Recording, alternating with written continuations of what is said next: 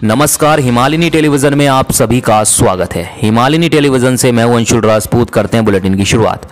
भारत के कदम से चीन को लगेगा झटका, इस देश को देगा ये मिलिट्री सिस्टम। आखिर किस देश को देगा मिलिट्री सिस्टम, हम इस रिपोर्ट में आपको बताने जा रहे हैं। चीन की हरकतों पर नजर रखने के लिए भारत एक छोटे से देश को एक ऐसा सिस्टम देने जा रहा है जिससे चीन के होश उड़ जाएंगे। जी हां, आपने बिल्कुल सही सुना। भारत के मित्र देश को इस वैज्ञानिक सिस्टम से यह पता चल पाएगा कि चीन उसके समुद्री इलाके के आसपास क्या कर रहा है, साथ ही चीन के जहाज किस तरफ आ जा रहे हैं। आइए जानते हैं कि आखिर भारत और इस मित्र देश के बीच किस तरह के समझौते हुए हैं। भारत अपने मित्र देश फिलीपींस को कोस्टल सर्विलांस रडार सिस्टम देना चाहता है। इसके लिए भारत के विदेश मंत्री एस जयशंकर और फिलीपींस के टेयोडोरो लॉक्सिन जूनियर के वर्चुअल मीटिंग करके बातचीत की। उन्होंने मीटिंग कर बातचीत की है। दोनों देशों के बीच 5 साल पहले इस अस्थायी कमीशन की बैठक भी हुई थी।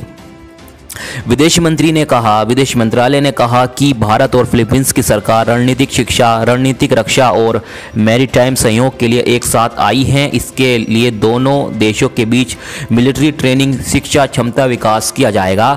इसके अलावा कहा गया है दोनों देशों के प्रतिनिधि की बैठकें होती रहेंगी एक साथ। इसके साथ आतंक विरोधी गतिविधियों को रोकने के लिए संयुक्त प्रयास किए जाएंगे। आगे आपको बताते चलें, दोनों देशों के बीच जरूरी सूचनाओं का आदान प्रदान होगा ताकि दोनों देश एक दूसरे की सुरक्षा को पुख्ता कर सकें। आपको बता दें कि अक्टूबर में फिलीपींस के राष्ट्रपति रॉड्रिगो डुटेर्टे सरकार ने साउथ चाइना सी से तेल खुदाई के प्रतिबंध को हटा लिया था। अब फिलीपींस चीन की कंपनियों के साथ तेल खनन का कार्य कर सकते हैं। इस प्रोजेक्ट में China national offshore oil corporation भी शामिल है।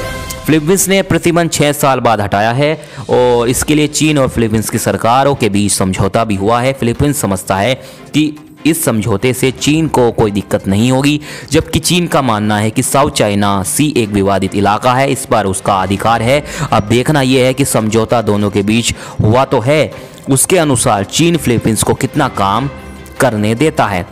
फिलीपींस के विदेश मंत्री टेयोडोर लॉक्सिन ट्वीट कर उन्होंने उम्मीद जताई है कि हमें ऑनलाइन और डिस्टेंस लर्निंग के क्षेत्र में भारत के अनुभवों से सीखने को मिलेगा। वहीं भारतीय विदेश मंत्री एस जयशंकर ने फिलीपींस के छात्रों, शोधार्थियों और शिक्षाविदों का स्वागत किया है। साथ ही उन्हें संयुक्त फेलोशिप प्रोग्राम की सुविधाओं का लाभ देने का आमंत्रण भी दिया है।